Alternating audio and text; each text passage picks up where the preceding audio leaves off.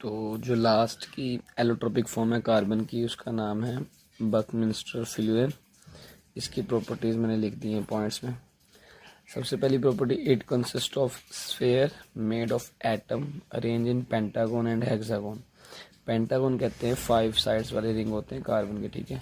इसके हर कॉर्नर पे कार्बन होता है इस तरह से, ठीक है। और ये हेक्सागन है।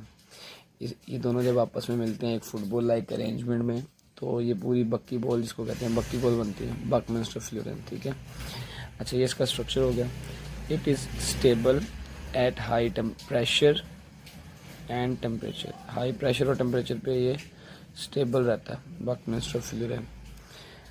नेक्स्ट प्रॉपर्टी इसकी है being covalent in nature, it is soluble in organic solvent. यानी कि ये कोवलेंट इन नेचर है, यानी इसमें जो है ना, जो बॉन्डिंग है वो कंप्लीट ट्रांसफर से नहीं होती, शेयरिंग से होती है। कार्बन कार्बन आपस में शेयरिंग करते हैं, तो ये जो है ऑर्गेनिक सॉल्वेंट में ही डिसॉल्व हो सकता है, लाइक बेंजीन, इथर, ठीक है।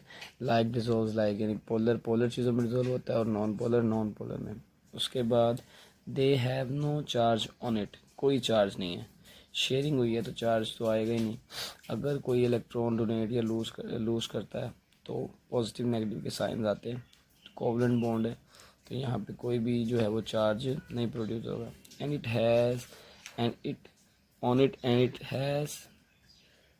Has no unpaired electron. सारे इलेक्ट्रॉन पेयर्ड की फॉर्म में, ठीक है, सब इलेक्ट्रॉन पेयर्ड फॉर्म में। अब इसमें क्या होगा, ये जो है अपने अंदर से इलेक्ट्रिसिटी को फ्लो नहीं करवा सकता। They have cage like structure, भी मैंने पहले आपको बताया, मैं ड्रॉ भी करता हूँ। जैसे देखें, सेंटर में एक पेंटागन बनेगा इस तरह से, ठीक है, और साइड्स पे हेक्सागन लगते जाएंगे। ये जो स्ट्रक्चर है, ये जो अरेंजमेंट है, इसको आप बना दें इस तरह से, तो आपके पास बकमिंस्टर बक्की बॉल्स बन जाएंगे, ठीक है। इट इज़ सॉफ्ट, ये सॉफ्ट होता है and can not conduct electricity, और अपने अंदर से इलेक्ट्रिसिटी को फ्लो नहीं करवाता क्योंकि अंदर पेयर इलेक्ट्रॉन है। अच्छा, लास्ट जो एलोट्रोपिक फॉर्म है वो है allotropic form of sulphur. Sulphur has 2 crystalline forms, rhombic and monoclinic, ठीक है। Rhombic 8 sulphur S 8 molecules arrange in rhombic crystal. ये सिर्फ इतनी सी बात एक लाइन में लिखा हुआ है बस। रोम्बिक क्रिस्टल है और मोनोक्लिनिक क्रिस्टल है, ठीक है। इनमें जो डिफरेंस है वो स्ट्रक्चर का है, जिसमें से नोट ये है कि रोम्बिक जो है मोर स्टेबल है और मोनोक्लिनिक जो है वो लेस स्टेबल है। ये एमसीक्यू है आपके लिए इम्पोर्टेंट है।